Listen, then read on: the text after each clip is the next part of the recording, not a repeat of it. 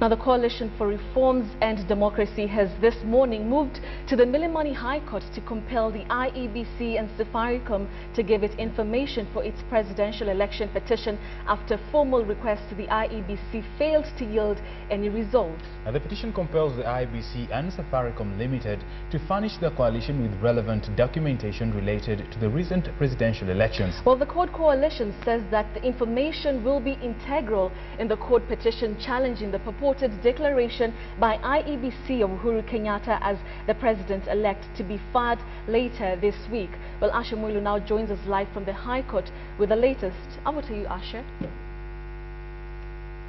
Thank you very much, Betty. Good afternoon to you and Tunya. We are live from the Milimani High Court. Of course, we've been following closely that case, court petition concerning the presidential election. So what I can tell you right now is that this morning the court coalition came to the High Court and it's seeking to petition the IEBC and Safaricom to be compelled to provide very relevant, what they say, crucial information concerning their presidential petition. And of course, court says that in their petition they say that the IEBC and Safaricom have ignored their calls to provide this information. So what happened after the court coalition dropped their petition with the registry? It was heard by Justice Isaac Lenaola, of course, in the courtroom here at the Milimani High Court, and through their lawyer Jonathan Arwa and their petitioner Eliud Owalo, who has been the chief campaigner for the court coalition. The court coalition says that they want the IEBC to include all forms, that is 34, 35 and 36, from all polling stations. They claim that their evidence to show the allegations of irregularities in how IEBC tallied this presidential election concerned these three forms, 34, 35 and 36, and this is why they say that they want the IEBC to provide all these forms from all the polling stations. Well, they're also seeking log files for all short messages that were declared electronically from Safaricom when the electronic tallying process was still taking place. What they also want is that they want the Green Book, provisional register for all registered voters across the country, and the final register that the IEBC had. Furthermore, Betty, they want contracts that were signed between the IEBC and Safaricom in relation to the March 4th election. And so, Betty, as you understand, according to the Constitution, all presidential disputes arising from the presidential elections are supposed to be filed at the Supreme Court within 7 days after the IEBC declares the winner of the presidential election. And this means that the court coalition has until Saturday of this week to file their petition at the Supreme Court. So this case here that they've filed, the petition that they have filed here at the Milimani High Court, can affect this time period, the grace period that they have. Of course, the Supreme Court will further have 14 days to hear and determine that case concerning the presidential dispute. What Justice Isaac Lenaola decided is that he declared this case, the petition concerning IEBC, Safaricom and the court coalition, urgent. And so they have set aside, the High Court has set aside tomorrow morning 8:45 a.m. to hear and determine this case. Of course, it's very urgent, very concerns public interest, and the High Court wants to speed it up. What we know is that the court has been instructed to give summons to the IEBC and Safaricom to appear before the court tomorrow morning. Betty. Right, and Asha, probably a quick question is that we seem to be, the court coalition seem to be spilling off, but in terms of specifics, what court is handling what case? For example, the issue with Safaricom, is it supposed to be handled by the Lenaola court, or is it supposed to go to the Supreme Court? Well, Bonnie, that is one thing that very many Kenyans are confused about. As we know, constitutionally, only the Supreme Court can hear disputes arising from the presidential election, and that's why I was telling you, court has 7 days after the IEBC declares the winner to file their petition and any dispute that they have concerning the presidential election only. And so that means any petitions that arise not concerning the presidential election should be brought here to the High Court, but because they want the IEBC and Safaricom to be compelled to release this information that they say could be evidence in their petition there at the Supreme Court, this court will be heard and determined here at the High Court, Milimani High Court in Nairobi. Asha, just before we let you go, has there been any representation from IEBC or Safaricom at the High Court? No. Today, only the court coalition came to drop the registry. You know, the court process is very systematic.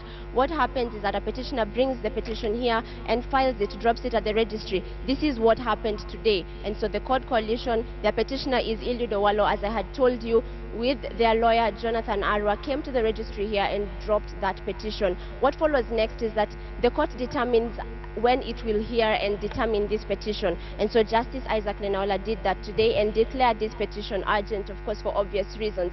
So what happens next is that the IEBC and Safaricom have been instructed by the courts to show up tomorrow 8:45 a.m. when the hearing will be heard and determined. Many thanks, Asha. Before I let you go, I know Betty said final question, but final. That was the provisional. But Asha Mulu, in terms of specifics, what kind of information is court requiring from both the IEBC and Safaricom? Well, the very specific information that they want from the IEBC, their main concern is to do with the electronic tallying that the IEBC did and then switched to the manual tallying. And so they want the Form 34, 35, and 36. As you remember, once the IEBC abandoned the electronic tallying that they said had some issues, they went to the manual tallying. And so all their returning officers went to the Bomas of Kenya with the Form 34, 35, and 36. And so this is what the court coalition wants the IEBC to provide these forms, to just compare their numbers with what the returning officers presented at the Bomas of Kenya. Concerning Safaricom, they want all the log files, the short messages that were sent electronically. Remember, when the tallying process had begun, it was electronic, and what was happening is that at the polling station, the returning officer was sending a short message, and the service provider was Safaricom, and they were sending these short SMSs to the Bomas of Kenya, where the National Tallying Center was set up. And so the court coalition wants these logs of the short messages that Safaricom, of course, was relaying from the returning officers to the IEBC Tallying Center at the Bomas of Kenya. And furthermore, Betty and Tunya, we had spoken to Eliud Owalo, who is the petitioner of this specific case, earlier on, and I just want to run a short clip so that you can see exactly what he said.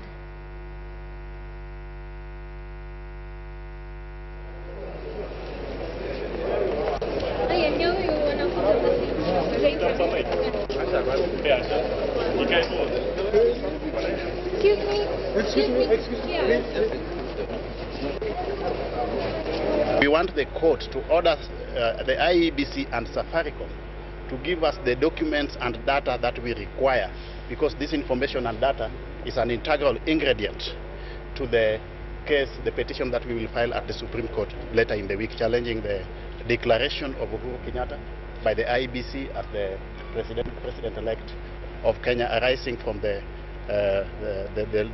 elections.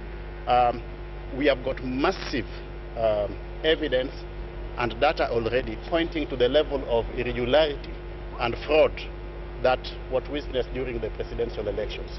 But over and above what we already have, we also want IEBC and Safaricom to be compelled by the court to give us certain other information that is pertinent to this case.